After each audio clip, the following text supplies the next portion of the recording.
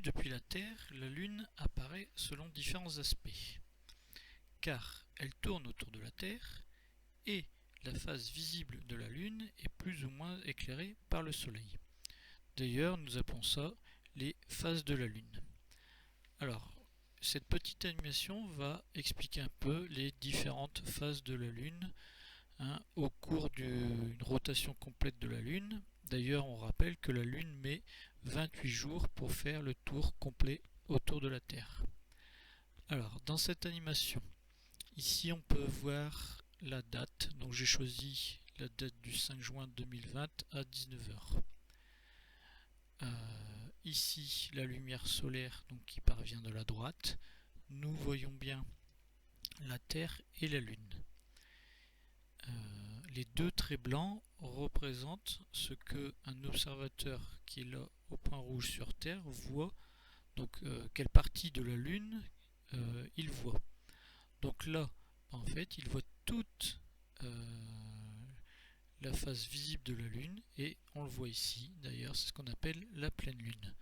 Donc la pleine Lune aura lieu le 5 juin. Au cours du temps, la Lune tourne autour de la Terre. Donc nous allons voir un petit peu ce qu'il se passe. Donc, en tournant autour de la Terre, on voit bien que la face visible de la Lune vue depuis la Terre, elle évolue. Ici, nous avons ce qu'on appelle la Lune gibbeuse décroissante. Donc la Lune continue sa rotation. Nous allons arriver dans une position particulière ici. Alors ici nous appelons ça le dernier quartier. Le dernier quartier, nous le verrons ici indiqué le 13 juin.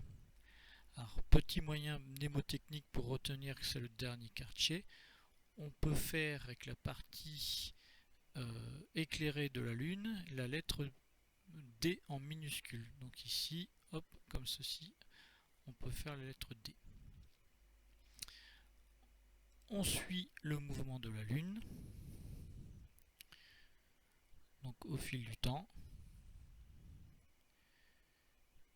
Voilà, je m'arrête là. Ici, généralement, on appelle ça le dernier croissant. Le dernier croissant sera visible le 17 juin.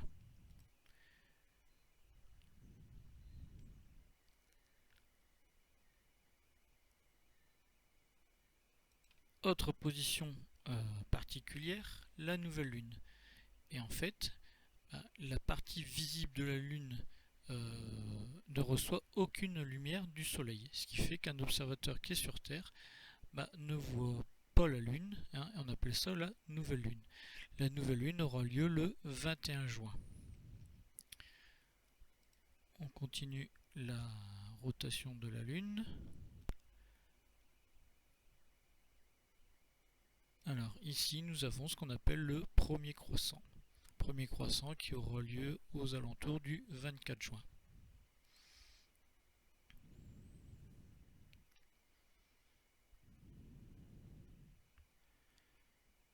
Ici position particulière, donc le 28 juin aura lieu le premier quartier.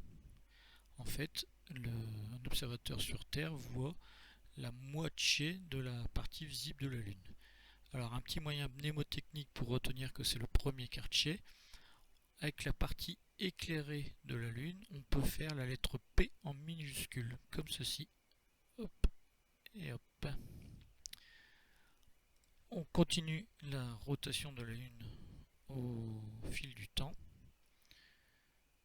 Alors ici nous avons une position particulière que nous appelons la Lune gibbeuse croissante. Alors croissante parce que la partie visible de la Lune est de plus en plus grande.